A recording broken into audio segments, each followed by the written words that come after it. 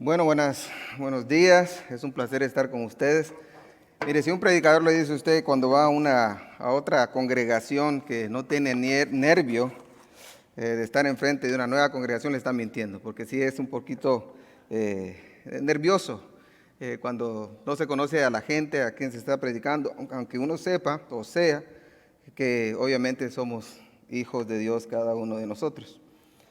Entonces, este día quería traer este mensaje, un mensaje de exhortación, un mensaje para que nosotros podamos pensar en qué estamos haciendo nosotros en la iglesia. Dice que nosotros, estaba diciendo el hermano Berardo, que nosotros como familia nos fuimos al Instituto Baxter de aquí de Estados Unidos en el 2011. Y estuvimos por 3 años en el Instituto Baxter estudiando, obviamente porque mi pasión es predicar y Dios me ha encendido en mi corazón de querer predicar su palabra. Regresamos aquí a Estados Unidos y hemos hecho varias cosas en el Evangelio, pero obviamente no hemos tenido una congregación donde podemos ejercer ese don. Este año y medio que ha pasado como dice la palabra, nos ha zarandeado. Nos ha movido los cimientos de nuestra fe como cristianos. Esos cambios son bien difíciles. La iglesia tuvo que adaptarse a cómo lidiar con una pandemia que nunca se había visto en nuestros tiempos. Tuvo que adaptarse a cómo predicar el Evangelio, tuvo que adaptarse a cómo escuchar el Evangelio. Y esos cambios son difíciles. Nosotros en Baxter, el primer año que llegamos, había un hermano que le llamábamos el hermanito en Cristo. Porque este hermanito estaba en segundo año cuando nosotros llegamos al Instituto Baxter y él quería apantallar a todo el mundo. Y cada día teníamos un devocional en la mañana. Y este hermanito en Cristo vino un día saliendo de la clase de filosofía y habló, le tocaba a él el sermón de esa mañana. Y el hermano usó la frase célebre que dice: nadie puede bañarse 2 veces en el mismo río. Y todos nos quedamos, wow, pero qué filósofo nos salió el hermano. Y lo acababa de aprender en la clase anterior, hace 1 hora. Su punto fue un poco vano, pero tenía mucha razón esa frase, porque esa frase tiene algo muy interesante que decirnos a nosotros como cristianos, nos tiene que decir bastante como seres humanos, nos tiene que decir bastante como hijos de Dios. Y con sonar un poco arrogante, diría yo, esta mañana, con peligro de sonar un poquito arrogante, hay un filósofo, ese filósofo que dijo esa frase célebre, llamado Heráclito. Heráclito, cuando dice, nadie puede bañarse 2 veces en el mismo río, está diciendo que el mundo está en un cambio constante. Está diciendo que el mundo no es estático. Está diciendo que hace un segundo atrás tú ya no eres quien eras. Ya eres una persona diferente. Usted sabe que nuestras células humanas se van muriendo a cada segundo y unas se regeneran y otras mueren y así va un constante cambio. En contraste había otro filósofo llamado Parménides. Parménides creía lo contrario. Parménides lo que decía es que lo que es, ya es y no puede dejar de ser. Lo repito otra vez. Lo que es, ya es y no puede dejar de ser. Suena como el trabalengua ese, ¿no? Como 3 tristes tigres tragaban trigo, ni yo lo puedo decir, en un trigal. Y me imagino yo que estaban tristes porque cuando usted ha visto que un tigre come trigo. Entonces, pero la frase o el pensamiento de Parménides, lo que es no puede no ser, ¿okay? Lo que él está diciendo es que todo es estático. Y con esto él niega el cambio en el mundo, en el universo. Y esto está relacionado con esos nuevos cambios que experimentamos nosotros como seres humanos. Y la verdad que lo nuevo y lo diferente siempre trae algo de nostalgia, algo de miedo a la misma vez. Parménides miraba, como dijimos, ya un mundo estático, un mundo sin cambio, un mundo donde todo ya era, donde todo ya siempre iba a ser. Un pensamiento fatal, o sea, lo que es, lo que será, usted ha oído eso, lo que será, será. Pero Heráclito tenía otra mentalidad, decía que todo va cambiando, cosas nuevas, cosas viejas, cosas destruidas, cosas construidas, un cambio constante. Parménides huía del cambio, mientras Heráclito lo abrazaba y lo asimilaba. Y como dije ya, el cambio trae un poco de nostalgia, un poco de miedo en las situaciones. Tome usted, por ejemplo, los niños o nosotros que tal vez estamos yendo a la escuela. Después de un largo verano, de estar en casa y no hacer nada, estar jugando videojuegos, estar escuchando música, no hacer los aseos de la casa, y esto mira a mis hijos, ¿verdad? No hacer los aseos de la casa, no hacer absolutamente nada, después de un largo verano, regresar otra vez a la escuela. Regresar a una aula, pues parece jaula para ellos, ¿verdad? Regresar con unos nuevos maestros, hacer enemigos, amigos nuevos. Es algo diferente, algo que trae consigo mismo un poco de nostalgia, un poco de miedo.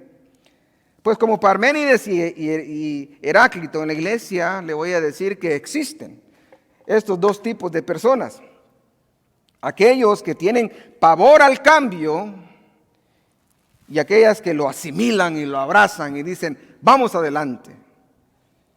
Y como al principio de la pandemia, de esta pandemia que nos ha, como dije al principio, zarandeado los cimientos de nuestra fe, ese trajo tantos cambios a la iglesia que casi toda la iglesia cerró. Y si usted se da cuenta, muchas iglesias sí cerraron. No permanentemente, sino para siempre. Y siempre en esta pandemia hubieron aquellos que defendían a capa y espada a la iglesia, porque la iglesia decía, el gobierno no puede decirnos a nosotros que debemos de cerrar, no puede decirnos a nosotros cuántas personas pueden reunirse. Y habíamos aquellos que defendíamos que la iglesia se debe de cerrar por el bien de todos, pero no tanto porque por eso en sí, sino que queríamos estar en pijamas allí en la casa viendo el sermón por Zoom, escuchando tranquilamente desde nuestros sofás en la casa. Y la verdad, como dije, es que el cambio es difícil. El cambio es difícil. Mire, las Escrituras nos hablan de dos historias similares y contrastantes al mismo tiempo. Y la primera la encontramos en Primera de Reyes, capítulo 19, versículos 19 al 21. En esta historia se trata del llamamiento de Eliseo a suceder a Elías en su ministerio. La segunda la encontramos en el libro de Ruth, capítulo 1, versículos 8 al 22, donde Ruth, después de 10 años de haber vivido afuera de su pueblo, rehúsa quedarse en su tierra natal de Moab y sigue a su suegra Noemí, a pesar de no saber lo que el futuro le traería a ella. Mire, acompáñame a leer la primera historia. Primera de Reyes, capítulo 19, 19 al 21. Primera de Reyes, capítulo 19, 19 al 21. Creo que me falla la tecnología. Tendré que sacar mi teléfono. Si me da un segundo. Primera de Reyes, capítulo 19, versículos 19 al 21. Y dice la palabra de Dios de esta manera. Partiendo él de allí, Elías, halló a Eliseo, hijo de Safat, que araba con 12 yuntas delante de él, y él tenía la última. Y pasando Elías por delante de él, echó sobre él su manto. Entonces, dejando los bueyes, vino corriendo en pos de Elías y dijo: te ruego que me dejes besar a mis padres y a mi madre, a mi padre y a mi madre, y luego te seguiré. Y él le dijo: ve, vuélvete. ¿Qué te he hecho yo? Y se volvió y tomó un par de bueyes y los mató, y con el arado de los bueyes coció la carne y la dio al pueblo para que comieren. Después se levantó y fue detrás de Elías y le servía. Bueno, aquí nos encontramos con Eliseo, el futuro profeta al reino del norte. Ya hasta este momento Elías, el profeta, ya había él derrotado a los 450 profetas de Baal, que habían sido mandados o llevados o guiados por la mujer del rey Acab, la villana Jezabel. Y Elías estaba cansado. Elías estaba abrumado por todo lo que le había pasado a él. Y hasta quería morir.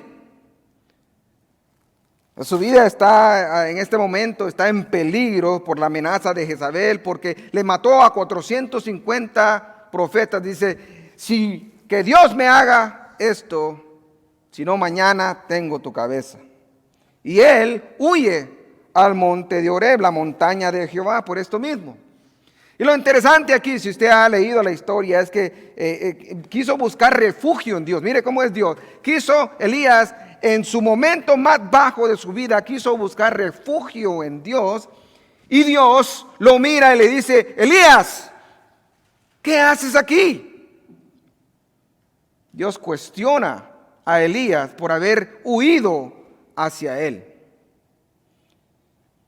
Y Dios le dice: mira, vete de regreso de donde viniste, porque he ahí yo te he mandado a que unjas a 2 reyes más y a tu suplente. Y va Elías como con un perro con su cola entre las piernas. No porque Dios no lo quiso ayudar, sino porque Dios tenía algo que Elías tenía que hacer. Dios tenía un propósito para este profeta. Y Elías regresa. Pues resulta que Elías encuentra a Eliseo arando una viña con 12 yuntas, como dice la palabra, y por lo que se ve Eliseo es un hombre rico y un hombre asentado en el trabajo del campo. No tiene que preocuparse. Tiene tierra, tiene animales para ararla, y de repente le cae un manto encima y él se da cuenta que este es señal de que Dios lo ha llamado a la tarea de la profecía. Atiende al llamado, pero con una sola condición, porque le preocupan sus padres. Ya están viejos y él quiere cumplir al mandato de Dios de honrar a tu padre y a tu madre. Cuando dice Dios, honra a tu padre y a tu madre, no es que le hagas bonitos ojos o que estés con ellos. No, dice Dios, tienes que estar con ellos hasta la muerte. Tienes que cuidar de tus padres y tu madre hasta que ellos mueran. Él quiere cumplir el mandamiento de honrar a sus padres. La pregunta es, ¿atiende al llamado y deshonra a sus padres? ¿O desobedece a Dios y honra a sus padres? ¿Qué hacer? Ahora quiero que vayan y pongan su dedo nada más en la segunda historia. Ruth capítulo 1, versículos 8 al 22. Y como dije, no voy a leerla porque obviamente es demasiado larga.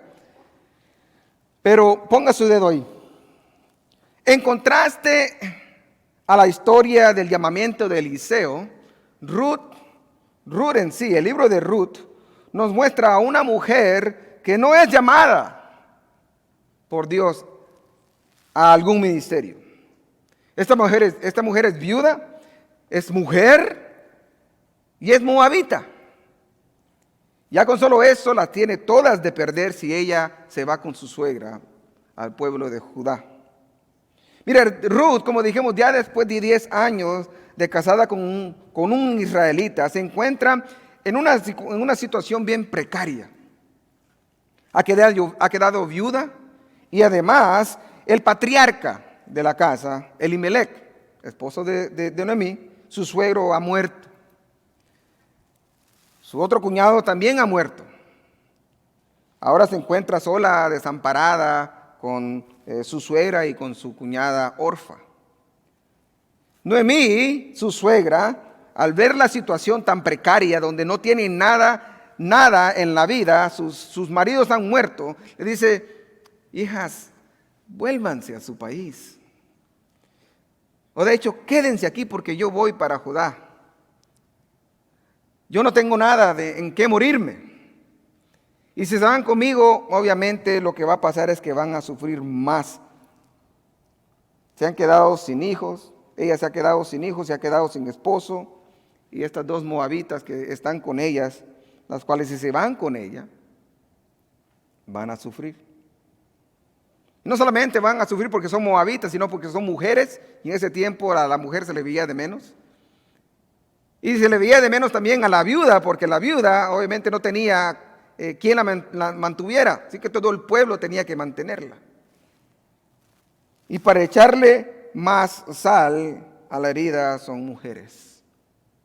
Y a la mujer se le veía de menos. Y al ver Noemí que estas dos mujeres resuelven volver con ella a un pueblo que no era de ellas, les dice: no hombre, quédense. No es bueno que vayan conmigo. Ustedes están jóvenes, todavía pueden casarse otra vez. La pregunta es, ¿qué hacer? Bueno, Eliseo en esta primera historia lo piensa 2 veces. Pero al mirar el disgusto por parte de Elías, decide honrar a Dios y responde positivamente al llamado. Y lo interesante es que de la manera como él responde al llamado es que él va y toma una de las yuntas, la mata, le da a comer al pueblo y de hecho agarra las herramientas con que él ara la tierra y con esa misma herramienta él cose la carne y da de comer a todo el mundo. Este detalle es bien insignificante para nosotros como hispanos o como personas del primer mundo. Pero para el israelita, leyendo esta historia, dice: wow.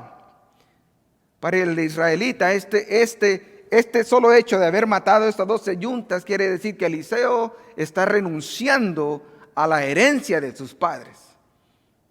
Y si él quisiera volver atrás alguna vez en su vida, pues ya no puede. Ya no tiene herencia. Y de hecho la herramienta que él ha usado para arar ya no sirve, ya está quemada. No tiene absolutamente nada en que morirse. Eliseo con este acto está resuelto a no volver atrás. Y aunque quisiera, ya no puede. Eliseo quiere enfrentar un nuevo comienzo a como dé lugar. Por su parte, Ruth no titubea. Ella sabe muy bien que la lleva de perder. Ella sabe muy bien que si ella regresa a Judá con su suegra, le va a ir peor de donde está. Pero resuelve ir y morar con gente que probablemente, por ser moabita, que son unos eternos enemigos de Israel, la discriminará, otra vez por ser mujer, la oprimirá, por ser viuda, la despreciará. En cambio, Orfa, mira cómo es Orfa, si usted ya ha leído la historia, Orfa, sin pensarlo 2 veces, dice, como diríamos allá en Honduras: cheque, yo me voy, bo. Así con ese acento, yo creo que tenía ese acento. ella resuelve irse, dice adiós, dice ella, arrivederci, bye bye, sayonara, te veo, goodbye.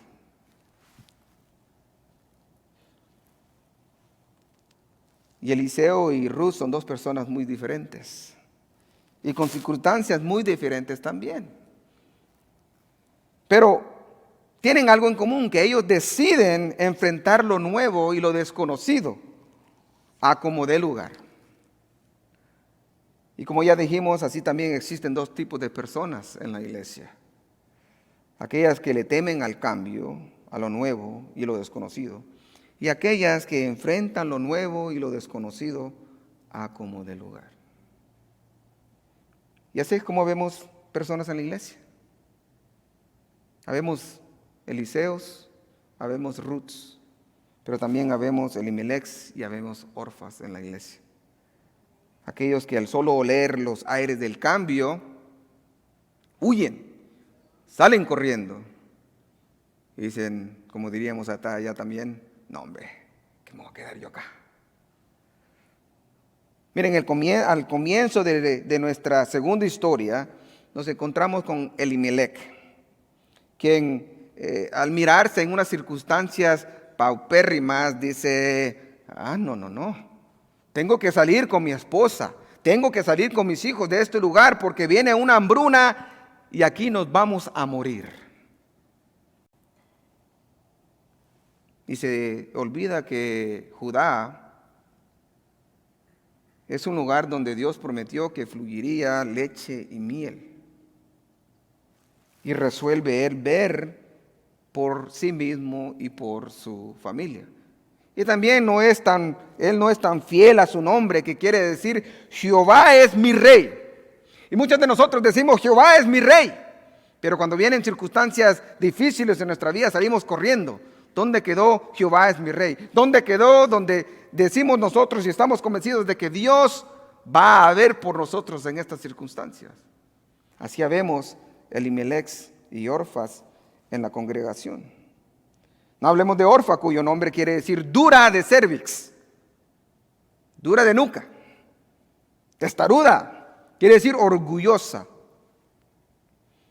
Mire, yo me imagino la conversación, no lo dice la Biblia, pero yo me imagino la conversación que tuvieron Ruth y ella cuando Noemí les pidió que se regresaran a Moab y no con ella. Y con ese acento hondureño, creo yo, no lo dice la Biblia, pero con ese acento hondureño creo que decía, Orfa, dice Ruth, mira, acordate cómo esta mujer ha sido tan buena con nosotros.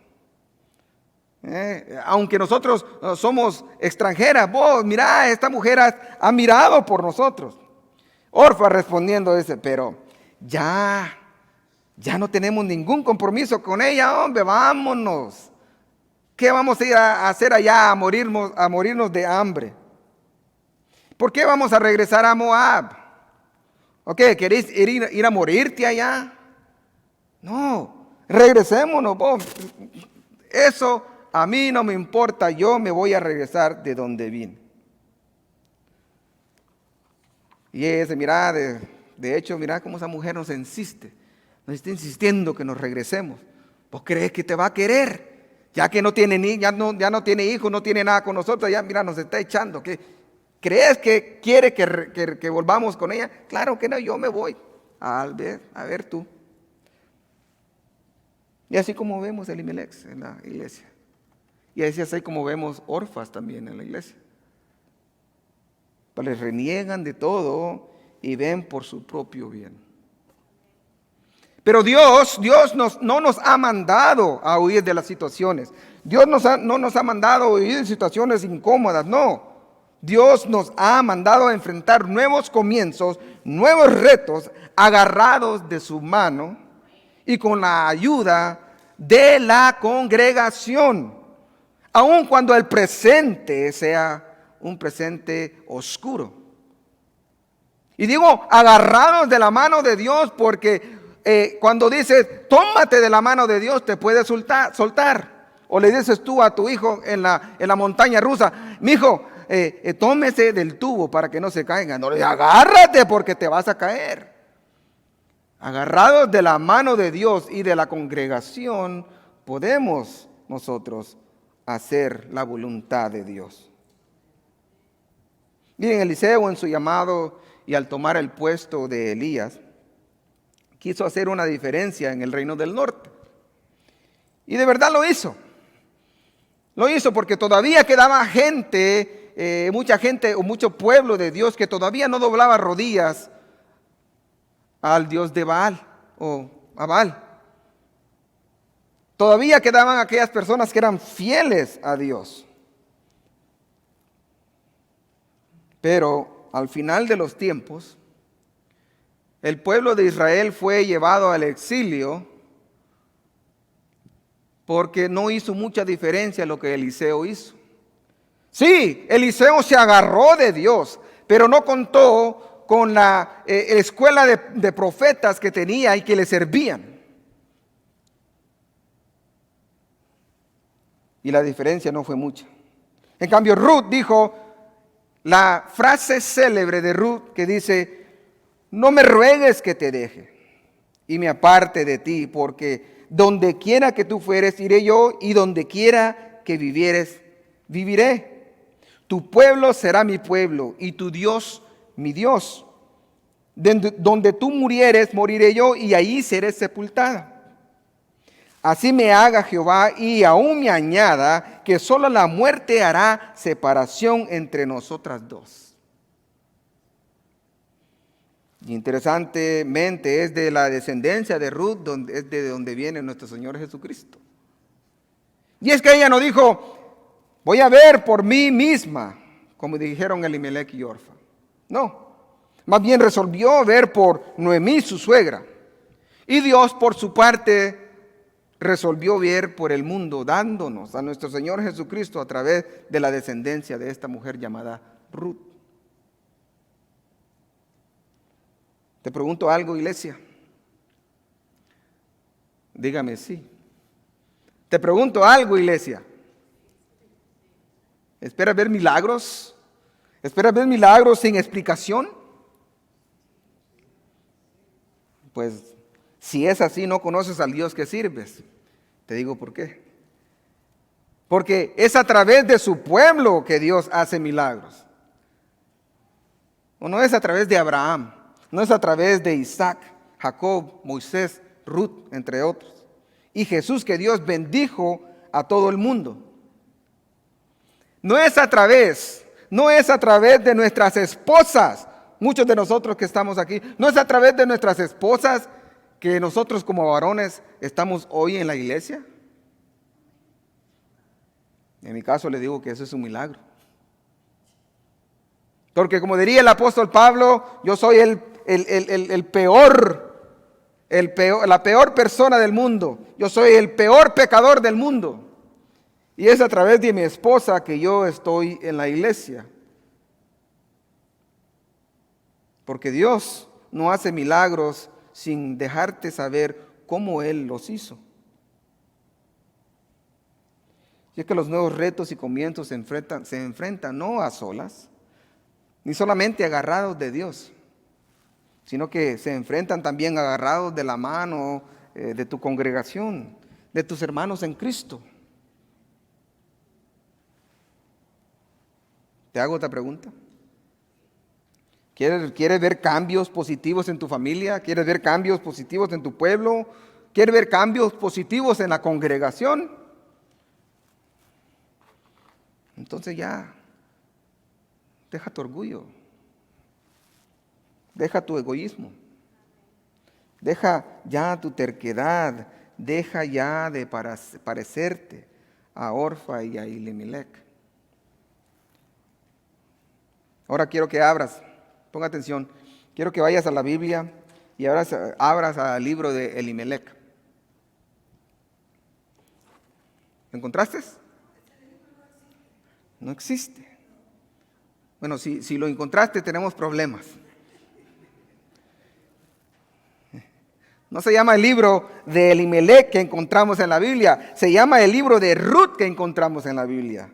Ruth Es recordar a través de la historia, no solamente por ser del linaje de donde viene nuestro Señor Jesucristo, sino que también por ser fiel a su nombre, que quiere decir compañera o amiga, agarrados de la mano de Dios y de tu congregación, es donde puedes enfrentar esos nuevos cambios y nuevos retos que vienen a cada momento. Es en esa compañía que podemos ver a Dios mismo. Mire, Elimelec en el capítulo 1, versículo 3, murió y no se menciona más en la Biblia. ¿Cuál será tu legado al final de los días? ¿Te recordarán positivamente o negativamente?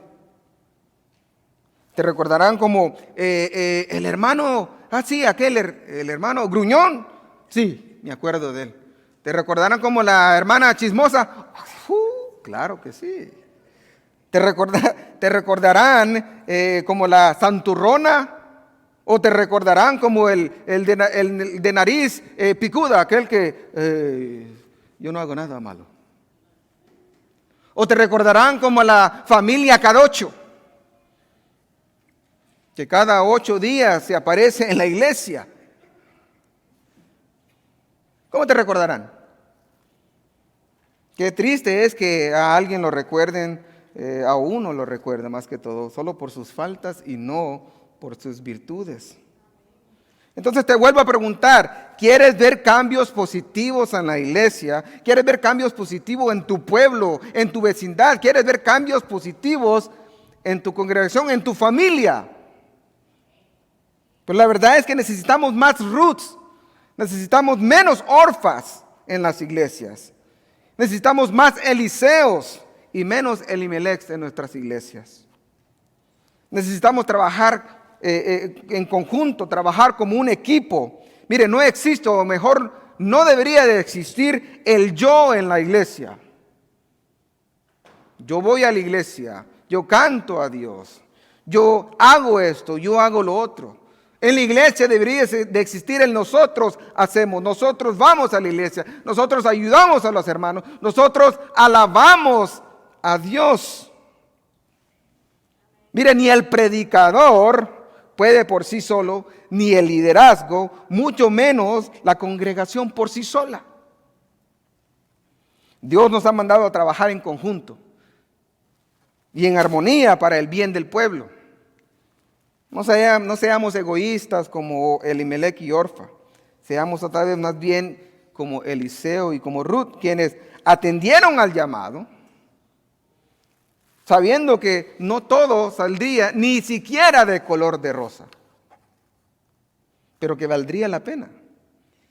Aun cuando vendrían exilios, vendrían hambrunas, bochornos y desprecios. Porque les digo una cosa, agarrados de Dios y de los unos de los otros, el futuro traerá buenos frutos y frutos al 100%.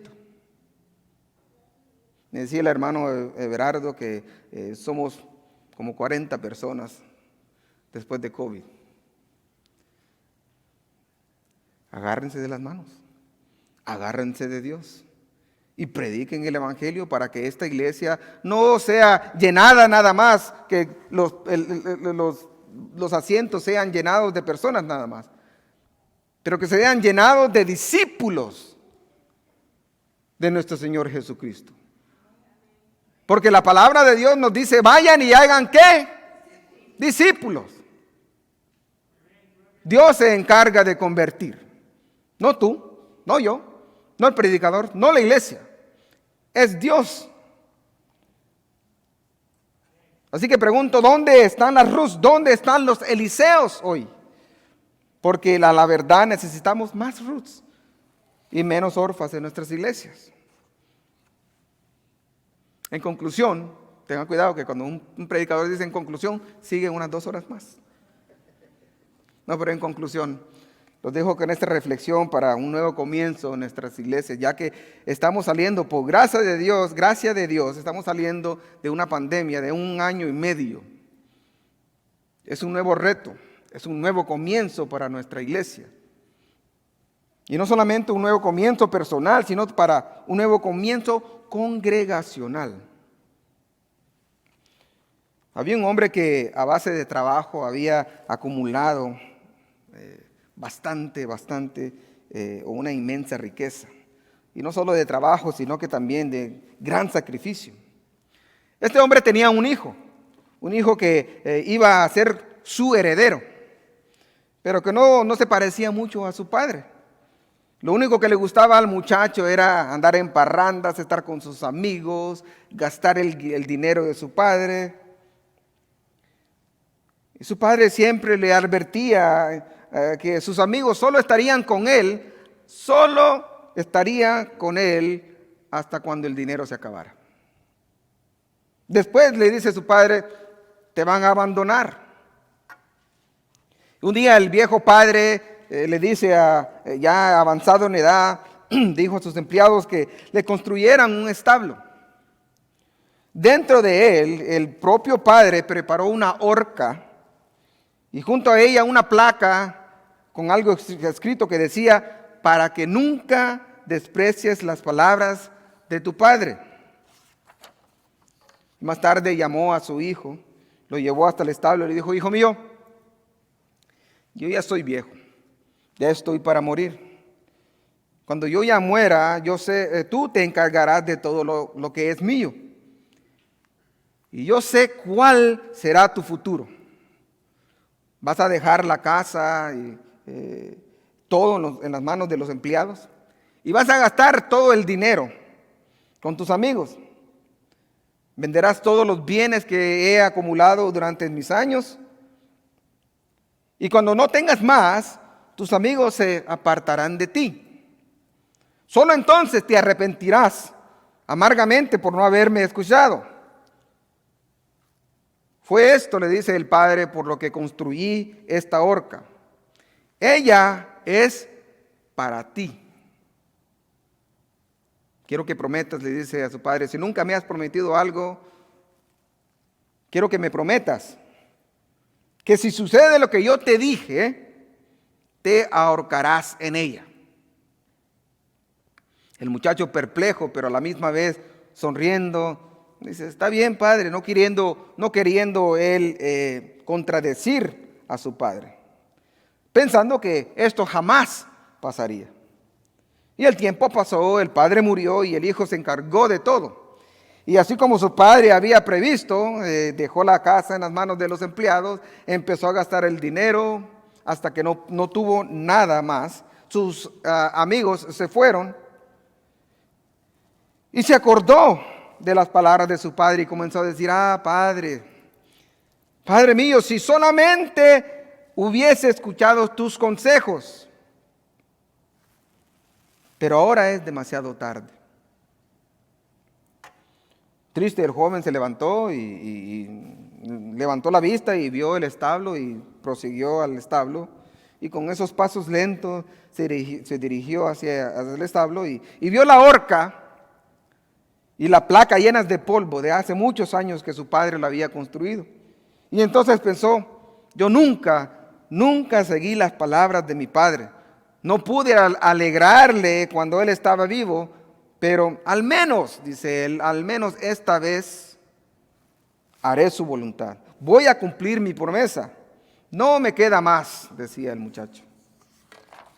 Entonces subió los escalones y se colocó la cuerda en el cuello y pensó, si yo tuviese una nueva oportunidad, viviría mi vida de otra manera y le haría caso a mi padre.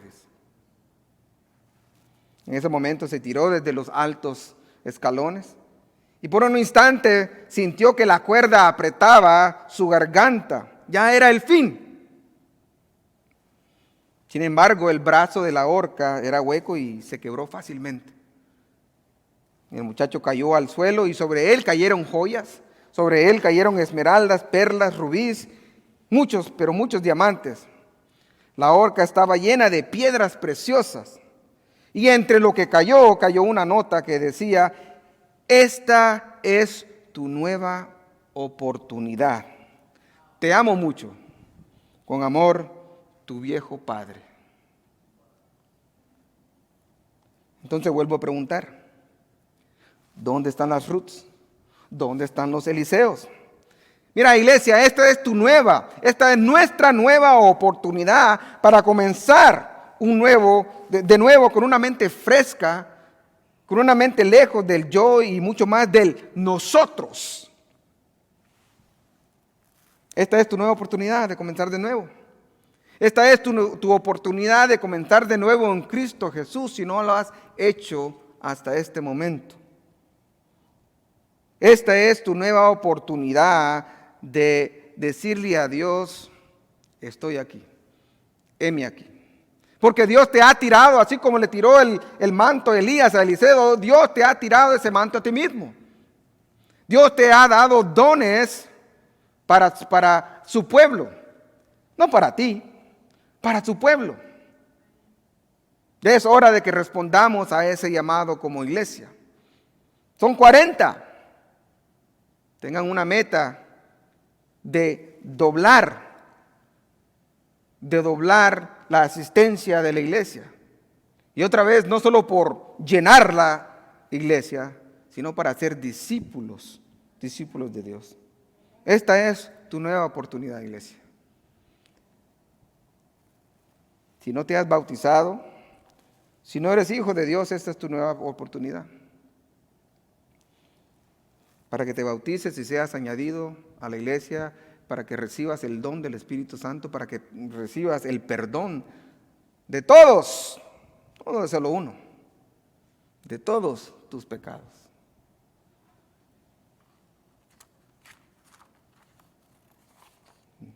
Dios puede cambiar tu vida, porque la promesa dice, de modo que si alguno está en Cristo, nueva criatura es.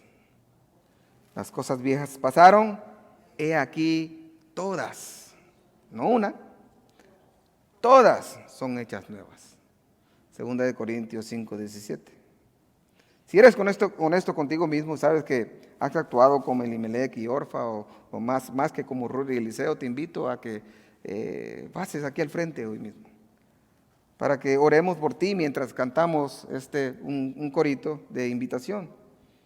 Mira, si crees que te has o necesitas agarrarte de Dios y de tu congregación, te invitamos a que pases aquí al frente. Si tú sabes que te has soltado de la mano de Dios en este año y medio o por varios años, esta es tu nueva oportunidad, esta es tu nuevo comienzo. Porque lo bonito de Dios es esto, que aunque tú hagas lo más horrendo, el pecado más horrendo de tu vida, pero si tú vas a Dios y pides perdón, Dios con gracia, Dios con alegría, te perdona. Y te dice, he aquí, las cosas viejas pasaron, he aquí, todas son hechas nuevas. Que Dios te bendiga. Te invitamos aquí enfrente mientras cantamos un corito.